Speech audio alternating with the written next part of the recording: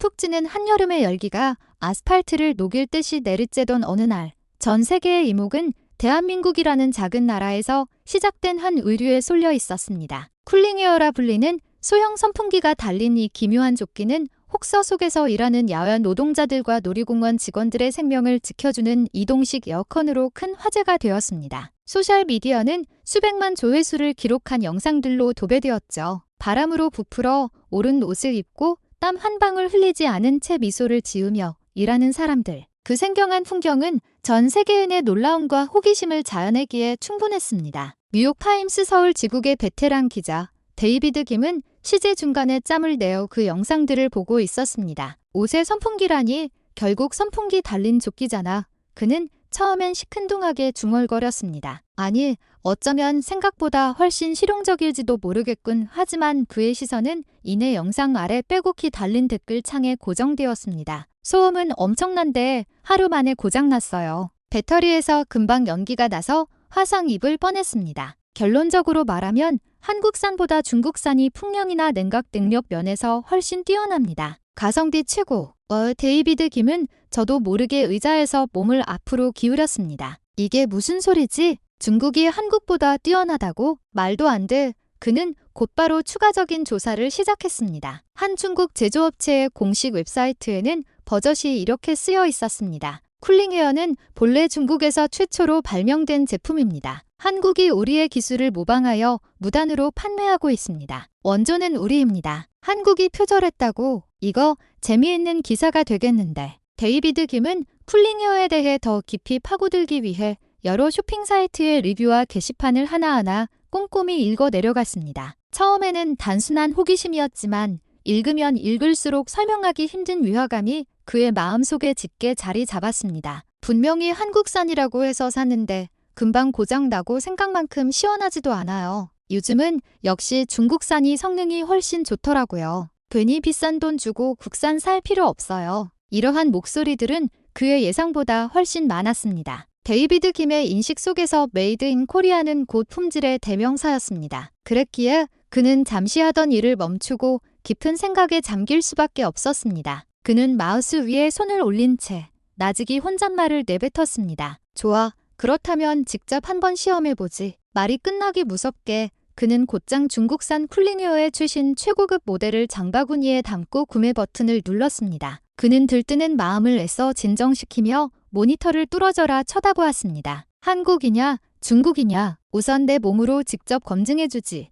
이것이 훗날 거대한 파장을 불러일으킬 첫걸음이 되리라고는 그 자신조차 알지 못했습니다. 며칠 후 중국산 쿨링웨어가 데이비드 김의 서울 오피스텔로 배송되었습니다. 세련된 회색 조끼와 묵직한 배터리, 그리고 펜 부품. 겉보기에는 제법 전문가용처럼 보였습니다. 설명서를 대충 훑어본 데이비드 김은 만족스러운 듯 중얼거렸습니다. 자, 그럼 어디 한번 확인해볼까? 소문대로 정말 한국산보다 10배는 강력한 풍량을 자랑하는지 말이야. 기온이 섭씨 35도를 훌쩍 넘긴 한여름의 서울. 데이비드 김은 쿨링웨어를 입고 도심을 걷기 시작했습니다. 스위치를 켜자 팬이 굉음을 내며 세차게 돌기 시작했지만 그가 기대했던 시원함은 전혀 느껴지지 않았습니다. 분명 옷 반으로 바람이 통하기는 했지만 뜨거운 바깥 공기가 안에서 맴돌며 오히려 후텁지근한 불쾌감만 더했습니다. 이게 무슨 20배 풍량이야. 완전 과대 광고잖아. 그럼에도 불구하고 그는 기자로서의 책임감 때문에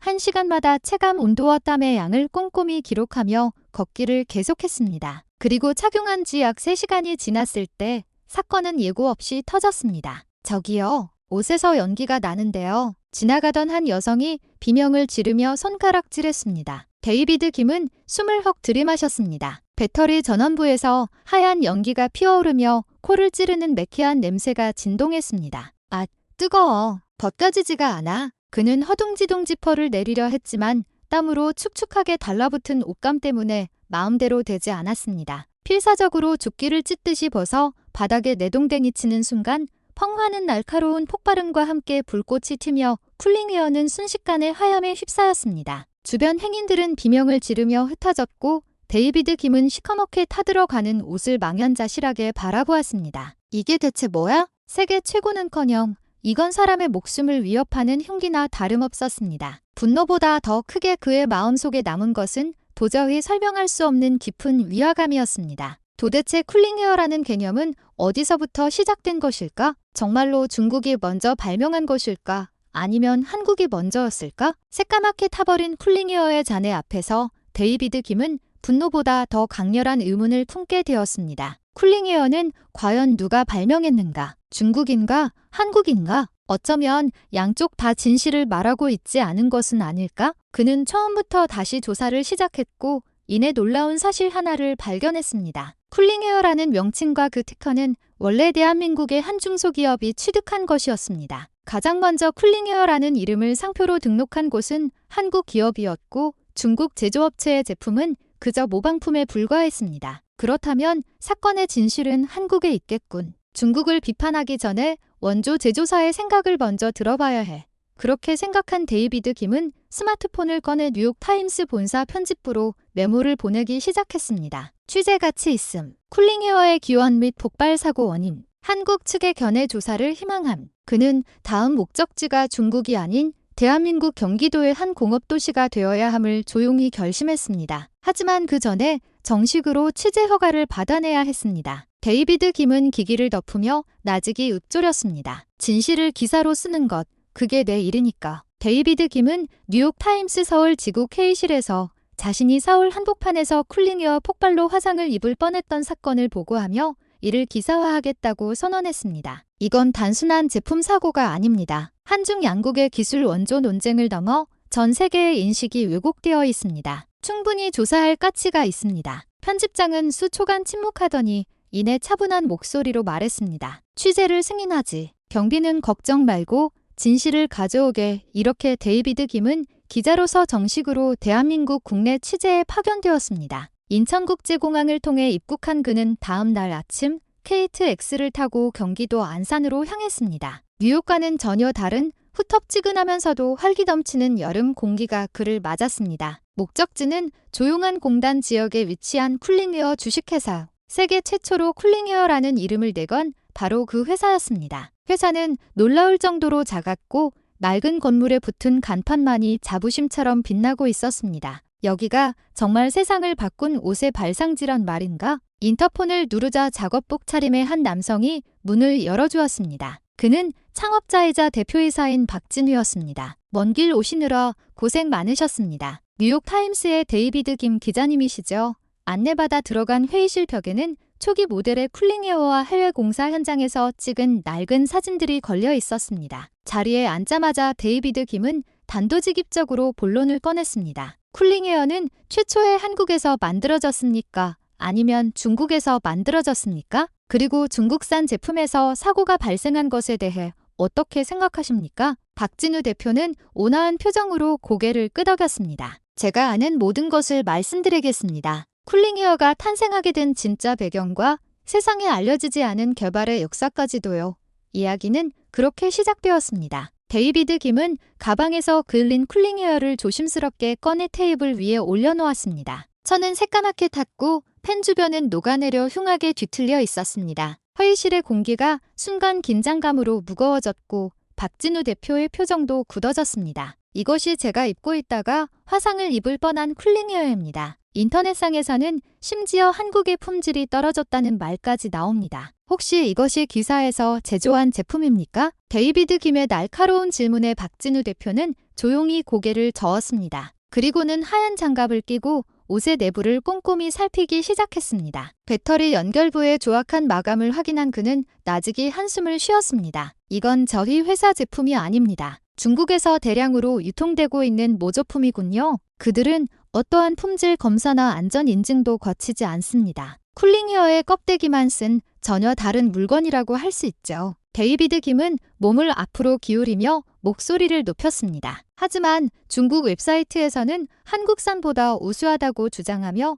전 세계에 판매하고 있습니다. 만약 사고가 발생하면 사람들은 쿨링웨어 위험한 한국 제품이라고 오해하지 않겠습니까? 박진우 대표는 씁쓸한 표정으로 인정했습니다. 사실 저희에게도 폭발했다. 불탔다는 고객들의 항의가 많이 들어옵니다. 하지만 그중 절대 다수는 중국산이거나 허가받지 않은 모조품입니다. 저희 제품에 사용되는 배터리는 엄격한 국제 표준을 통과한 것들 뿐이라 지금까지 단 한 건의 화재 사고도 없었습니다. 그는 서랍을 열어 두툼한 서류 뭉치를 꺼냈습니다. 거기에는 모조품 사고 보고서, 사본과 불에 탄 배터리 사진들이 첨부되어 있었습니다. 쿨링웨어라는 단어만 홀로 퍼져나가면서 본래의 안전성과 구조에 대한 이해 없이 마구잡이로 모방되고 있는 겁니다. 그래서 정품이라면 절대 일어날 수 없는 사고들이 세계 곳곳에서 벌어지고 있는 것이죠. 데이비드 김의 시선은 자신이 가져온 옷의 새까맣게 탄 천에 머물렀습니다. 그는 남몰래 숨을 삼켰습니다. 그렇다면 내가 입었던 것도 한국산이 아니라 조악하게 만들어진 모조품이었단 말인가? 박진우 대표는 말을 이었습니다. 목숨을 잃지 않으신 게 천만다행입니다. 하지만 그건 우연이 아니라 설계 철학의 차이 때문입니다. 제가 기자님께 진품과 모조품의 차이를 명확히 설명해 드려야겠습니다. 데이비드 김의 마음속에서 기자로서의 뜨거운 열정이 다시금 불타오르기 시작했습니다. 박진우 대표가 한때 삼성전자에서 엔지니어로 일했던 직장을 그만둔 것은 1991년의 일이었습니다. 비록 버블 경제 붕괴의 발소리가 가까워지고 있었지만 대기업이라는 안정된 자리를 박차고 나오는 것은 결코 쉬운 결정이 아니었습니다. 그럼에도 불구하고 박진우 대표는 말했습니다. 회사의 이름에 기대고 싶지 않았습니다. 제 기술 하나로 승부하고 싶었죠. 그의 도전은 경기도의 작은 공업도시 안산의 한 허름한 공장에서 시작되었습니다. 그가 처음 개발에 착수한 것은 브라운 관트 B의 측정 장치였지만 LCD TV가 등장하면서 그 시장은 순식간에 쇠퇴했습니다. 이대로 가다가는 회사가 망하겠어. 한국만 보고 있어서는 세계의 변화에 뒤처질 뿐이야. 돌파구를 찾기 위해 박진우 대표는 직접 동남아시아로 출장을 떠났습니다. 말레이시아와 베트남의 건설 현장에서 그는 땀 닦을 시간도 없이 바쁘게 일하는 사람들을 보았습니다. 섭씨 40도에 육박하는 기온 속에서 아지랑이가 피어오르는 땀, 숨막히는 공기, 더위는 체력을 빼앗고 작업 능률을 떨어뜨렸습니다. 앞으로 공장은 전 세계로 퍼져나갈 텐데 이 혹독한 더위에 어떻게 대처해야 할까? 이 의문이 바로 쿨링웨어의 기원이었습니다. 어느 날 말레이시아에서 한국으로 돌아온 박진우 대표는 직원들을 불러 모아 불쑥 말했습니다. 말레이시아의 건설 현장을 보고 기가 막힌 아이디어가 떠올랐어. 민준 씨, 미안하지만 가서 계집 2개만 사다 주게. 직원인 최민준 씨는 어리둥절했지만 박진우 대표는 진심이었습니다. 그래, 계집에 물을 뿌리면서 바람을 보내면 기화열 때문에 안에 공기가 시원해질 거야. 간단하게 기화 냉각 장치를 재현해서 이걸 냉방 기술에 응용할 수 있을지 시험해보고 싶네. 계집에 물을 뿌리고 선풍기로 바람을 보내는 실험은 성공적이었습니다. 내부 공기는 놀랍도록 시원해졌습니다. 한 직원이 놀라서 말했습니다. 대표님, 이걸 방이 아니라 사람 몸에 직접 적용하면 어떨까요? 하지만 박진우 대표는 그보다 더 먼 곳을 보고 있었습니다. 맞아. 방 전체를 냉각시키는 것보다 인체만 냉각시키는 게 훨씬 효율적이지. 에어컨은 공간을 위한 것이 아니라 사람을 위한 것이 되어야 해. 그것은 단지 발상의 전환에 불과했습니다. 그러나 그 순간이 바로 세계 최초의 쿨링웨어라는 개념이 탄생한 순간이었습니다. 데이비드 김은 취재 수첩을 넘기며 숨을 삼켰습니다. 옷판으로 공기를 불어넣는다는 아이디어가 처음부터 있었던 게 아니었군요. 박진우 대표는 온화하게 미소 지으며 대답했습니다. 아닙니다. 모든 것은 계집에서부터 시작되었죠. 인체를 직접 냉각시킨다는 아이디어는 곧바로 시제품 제작 단계로 이어졌습니다. 첫 번째 쿨링웨어는 조끼 안쪽에 물탱크를 설치하고 물안개를 분사하면서 팬으로 바람을 보내는 설계였습니다. 이론적으로는 기화열을 이용한 합리적인 방법이었지만 현실은 참혹했습니다. 대표님, 온몸이 축축해서 수족관에 들어온 기분입니다. 시착을 부탁받은 직원 최민준 씨가 얼굴을 찡그리며 불평했습니다. 옷 안쪽이 전부 젖어버려 땀은커녕 물 자체가 증발하지 못하고 불쾌감만 남았습니다. 이건 안 되겠군. 착용감은 고사하고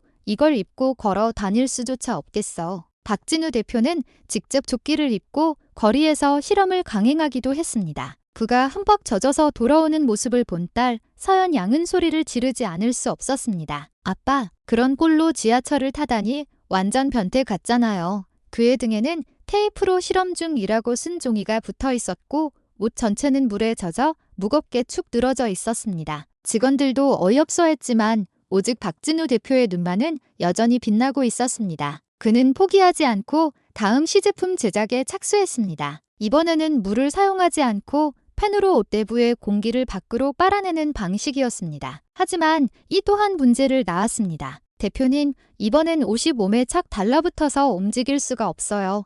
팬이 공기를 빨아낼 때마다 옷감이 몸에 밀착되어 전신이 타이츠를 입은 것처럼 되었습니다. 외관도 기괴했고 착용감도 최악이었습니다. 도저히 상품화할 수 없는 물건이었습니다. 연이은 실패에도 박진우 대표는 웃으며 말했습니다. 괜찮아. 실패는 성공의 어머니라고 하지 않나. 다음번엔 더 나아질 거야.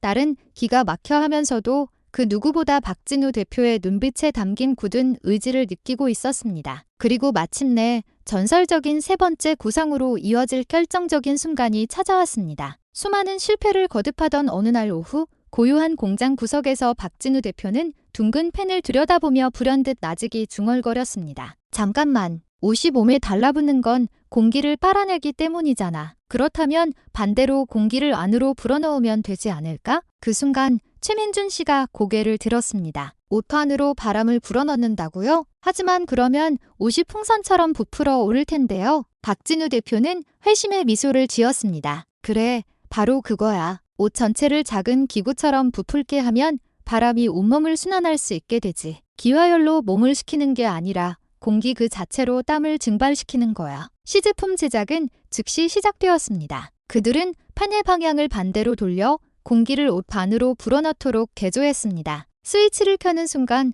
재킷이 부드럽게 부풀어 오르며 기류가 내부를 흐르기 시작했습니다. 시원해요. 지금까지와는 차원이 다릅니다. 최민준 씨는 놀라움에 찬 목소리를 냈습니다. 다른 직원들도 앞다투어 시착해 보았습니다. 대표님, 이거 됩니다. 바람이 옷 속을 돌면서 땀이 금방 마르네요. 방금 전까지 그렇게 더웠는데 말이죠. 부풀어 오른 옷의 모양새는 우스꽝스러웠지만 그 시원한 만큼은 누구도 부정할 수 없었습니다. 박진우 대표는 팔짱을 낀 채 차분히 말했습니다. 이것이 바로 쿨링웨어다. 건물에 에어컨을 설치하는 시대는 끝났다. 이제부터는 사람이 에어컨을 입는 시대가 될 것이다. 그 말에 직원들은 순간 침묵했고 다음 순간 공장 안에는 우레와 같은 박수 소리가 터져나왔습니다. 데이비드 김은 취재 노트를 작성하며 조용히 숨을 삼켰습니다. 처음부터 완벽했던 게 아니라 연이은 실패 끝에 도달한 발상이었구나. 박진우 대표는 조금 쑥스러운 듯 웃으며 고개를 끄덕였습니다. 발명이란 건 늘 상식을 뒤엎는 순간에 태어나는 법이니까요. 세계 최초의 쿨링웨어는 그렇게 탄생했습니다. 쿨링웨어가 완성되었지만 진짜 실현은 이제부터 시작이었습니다. 시장에 내놓자 사회의 반응은 차가움을 넘어 조롱에 가까웠습니다. 저게 뭐야? 빵빵하게 부풀어서. 공사 현장에서 풍선 같은 옷을 어떻게 입어 프로펠러를 달면 하늘을 날 수도 있겠는데? 전시회에서는 비웃음을 샀고 기업의 영업을 가도 문전박대를 당했습니다. 누구도 진지하게 상대해주지 않았습니다. 그럼에도 박진우 대표와 최민준 씨는 누군가 한번 입어보기만 한다면 그 장점이 반드시 전달될 것이라고 믿었습니다. 그래서 그들은 직접 공사 현장과 공장을 찾아다녔습니다. 더우시죠? 이거 한번 입어보세요. 딱 5분만이라도요. 죄송하지만 바빠서요. 그런 옷보다는 시원한 물 한 잔이 낫겠네요. 설령 누군가 입어본다 해도 너무 튀어서 창피하다는 한마디로 끝나기 일쑤였습니다. 자금은 점점 바닥을 드러냈고 회사의 통장 잔고는 마침내 800만 원 아래로 떨어졌습니다. 직원들 사이에도 암울한 분위기가 감돌기 시작했습니다. 어느 날 밤 사무실에 불이 꺼진 후 아내가 조용히 박진우 대표에게 봉투 하나를 건넸습니다. 안에는 3천만 원이 든 통장과 현금이 들어있었습니다. 당신 종신보험 해약하려던 거 다 알아요. 그러지 말고 내 돈으로 써요. 어차피 우리 가족이 함께 시작한 회사잖아요. 박진우 대표는 아무 말도 할 수 없었습니다. 하지만 그건 당신 노후 자금이잖아.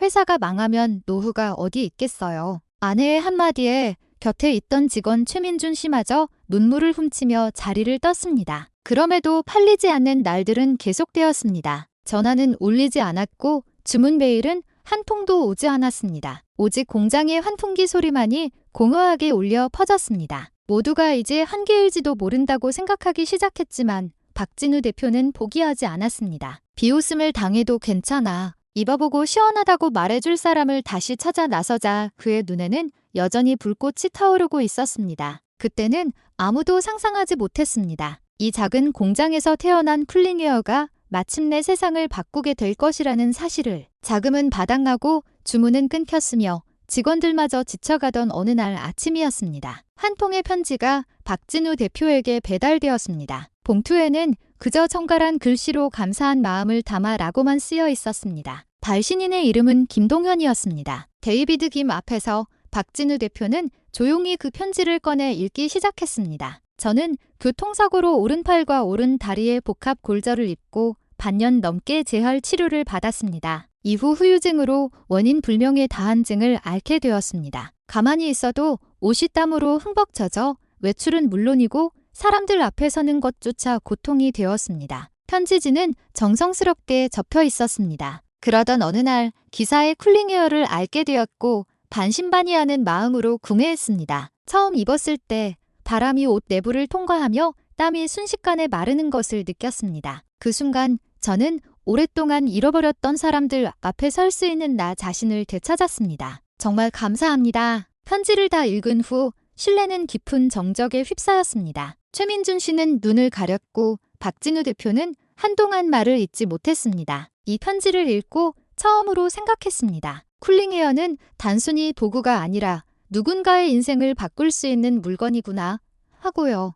박진우 대표는 그렇게 말하며 편지를 가만히 가슴팍에 되넣었습니다. 비록 팔리지는 않았지만 이 편지 한 통이 있었기에 저는 다시는 포기하겠다는 생각을 하지 않았습니다. 데이비드 김은 할 말을 잃었습니다. 그는 불타는 모조품을 입었을 때의 분노를 떠올렸지만 마음 깊은 곳에서는 따뜻한 무언가가 차오르는 것을 느꼈습니다. 그는 기자로서 취재를 하고 있었지만 한 명의 인간으로서 깊은 감동을 받은 것 같았습니다. 그 순간 데이비드 김은 확신했습니다. 이 기사는 단순히 사고나 비판으로 끝나서는 안 된다고. 기술의 이면에 있는 사람의 이야기를 전해야 한다고. 김동현 씨의 편지를 읽은 후 데이비드 김의 마음속에는 지난 2년간 품어왔던 것과는 전혀 다른 감정이 싹트고 있었습니다. 한국이 중국의 기술을 모방했다. 한국 제조는 이제 뒤처졌다고 여겨왔던 그의 가치관이 송두리째 흔들리기 시작했습니다. 박진우 대표가 자리에서 일어나 벽에 걸려있던 정품 쿨링웨어를 내렸습니다. 진품을 한번 입어보시겠습니까?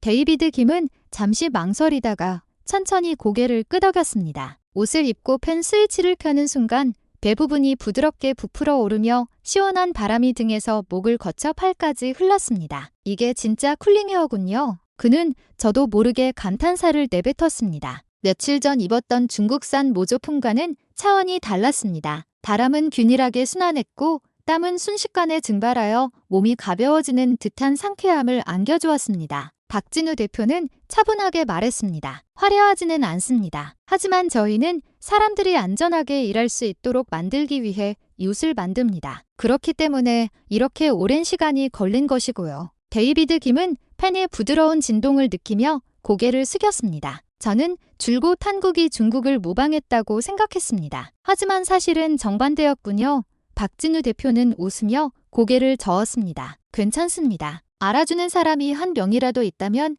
그것으로 충분합니다. 그 말은 데이비드 김의 마음 깊은 곳을 따뜻하게 울렸습니다. 취재 마지막 날 데이비드 김은 쿨링웨어 2벌을 구매했습니다. 한 벌은 자신을 위해, 다른 한 벌은 뉴욕의 동료에게 보여주기 위해서였습니다. 공항으로 향하는 차 안에서 그는 쿨링웨어의 로고를 바라보며 조용히 중얼거렸습니다. 이건 단순히 시원하게 해주는 옷이 아니야. 한 인간의 노력과 자부심이 담긴 하나의 대답이다. 그렇게 데이비드 김은 기자의 시선과 한 인간으로서의 경의를 품고 귀국길에 올랐습니다. 뉴욕으로 돌아간 데이비드 김은 편집부에 쿨링웨어의 진실을 추적한 르포 기사를 제출했습니다. 고위 간부들은 그 내용에 놀라움을 금치 못했고 즉시 특집 다큐멘터리로 방송하기로 결정했습니다. 프로그램의 제목은 혹서와 바람 사이의 진실을 찾아서였습니다. 방송은 데이비드 김이 서울 거리에서 입고 있던 중국산 쿨링웨어가 갑자기 폭발하는 충격적인 영상으로 시작되었습니다. 이어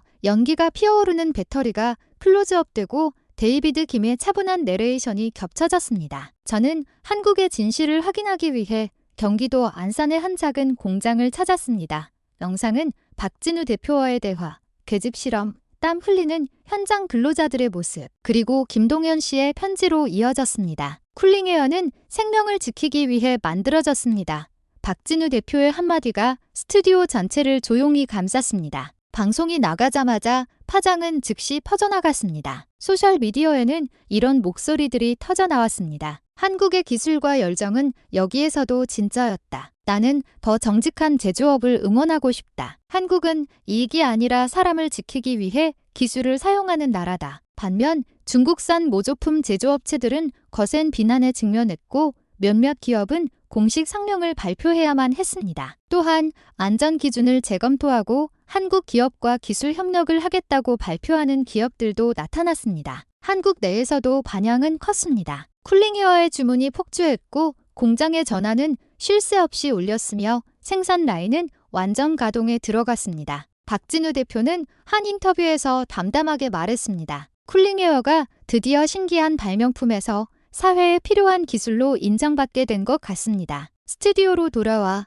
데이비드 김은 카메라 앞에서 마지막 총평을 했습니다. 이 옷이 보내는 것은 단순히 팬이 만드는 바람만이 아닙니다. 사람을 지키고 싶다는 기술자의 신념입니다. 세계는 이제 이 조용한 기술에 감동하기 시작했습니다. 특집 방송 후 몇 주 동안 데이비드 김은 수많은 시청자들로부터 이메일을 받았습니다. 편지에는 중국의 저질 모조품에 대한 규탄, 한국 기술자에 대한 경의, 그리고 올바른 제품을 선택해야 한다는 책임감에 대한 열정적인 글들이 가득했습니다. 방송의 영향으로 쿨링웨어 주식회사는 해외에서도 주문이 쇄도하여 유럽과 미국의 건설 현장, 아시아의 공장, 심지어는 카타르 월드컵 관련 시설에서도 사용되기 시작했습니다. 데이비드 김은 다시 한번 한국에서 가져온 쿨링웨어를 바라보며 조용히 중얼거렸습니다. 처음에는 그저 특종 기사감이라고만 생각했어. 하지만 이건 생명을 지키는 옷이었어. 그는 프로그램의 마지막에 이렇게 질문을 던졌습니다. 당신이 믿는 진품이란 무엇입니까? 가격입니까?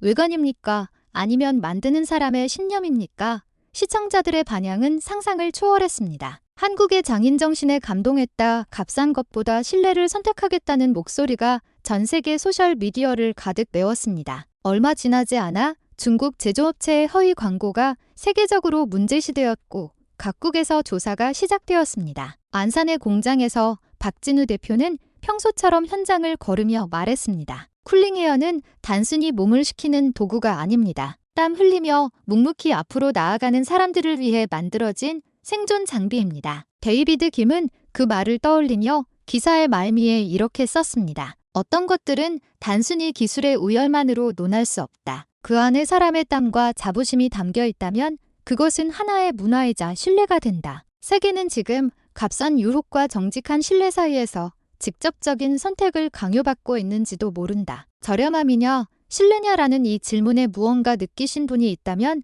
댓글로 여러분의 생각을 남겨주시기 바랍니다. 저희는 기쁘게 경청하겠습니다. 마지막까지 시청해